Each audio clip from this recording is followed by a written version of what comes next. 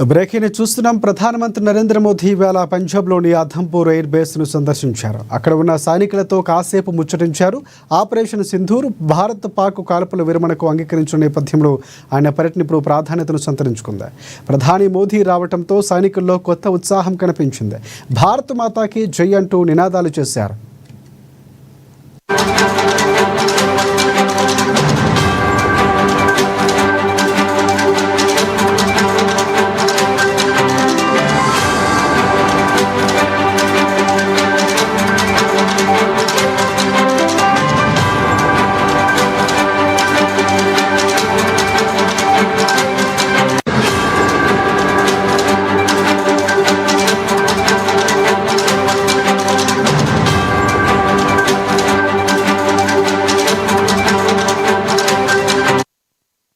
ఇక పహల్గామ్ ఉగ్రదాడికి ప్రతిగా మన భద్రతా బలగాలు ఉగ్రస్థావరాలపై ఆపరేషన్ సింధూర్ నిర్వహించాయి. అది జీర్ణించుకుని పాకిస్తాన్ మే 9, 10వ తేదీల్లో దాడులకు ప్రయత్నించింది. అయితే వాటిని మన సైన్యం సమర్థవంతంగా తిప్పికొట్టింది అంటూ ప్రధాని మోదీ సైనికులతో సంభాషించారు. ఇక ఈ ఉదయం నేను అధంపూర్ ఎయిర్ బేస్ను వెళ్ళాను. అక్కడ మన పోరాట యోధులను కలిశాను.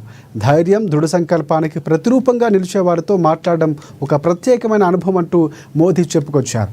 ఇక మన దేశ రక్షణ కోసం బలగాలు చేసే ప్రతిచర్యకు ప్రజలందరూ ఎప్పటికీ కృతజ్ఞతతో ఉంటారు అని ఎక్స్ వేదికగా మోదీ రాసుకొచ్చారు. అలాగే వారితో దిగిన చిత్రాలు షేర్ చేశారు.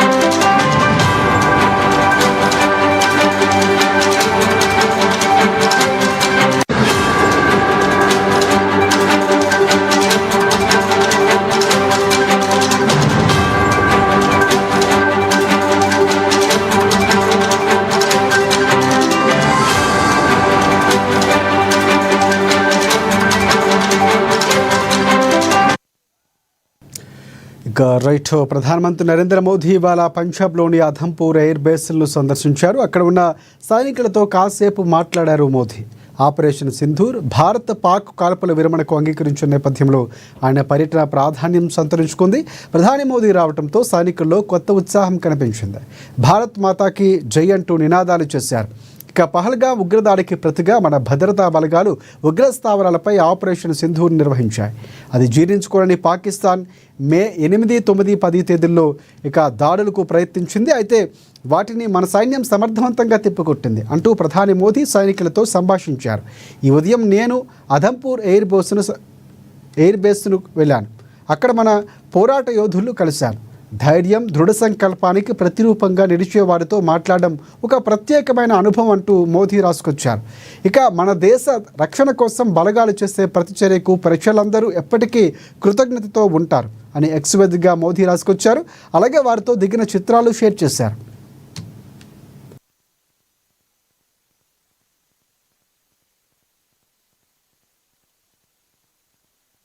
भारत माता की, भारत माता की, भारत माता की,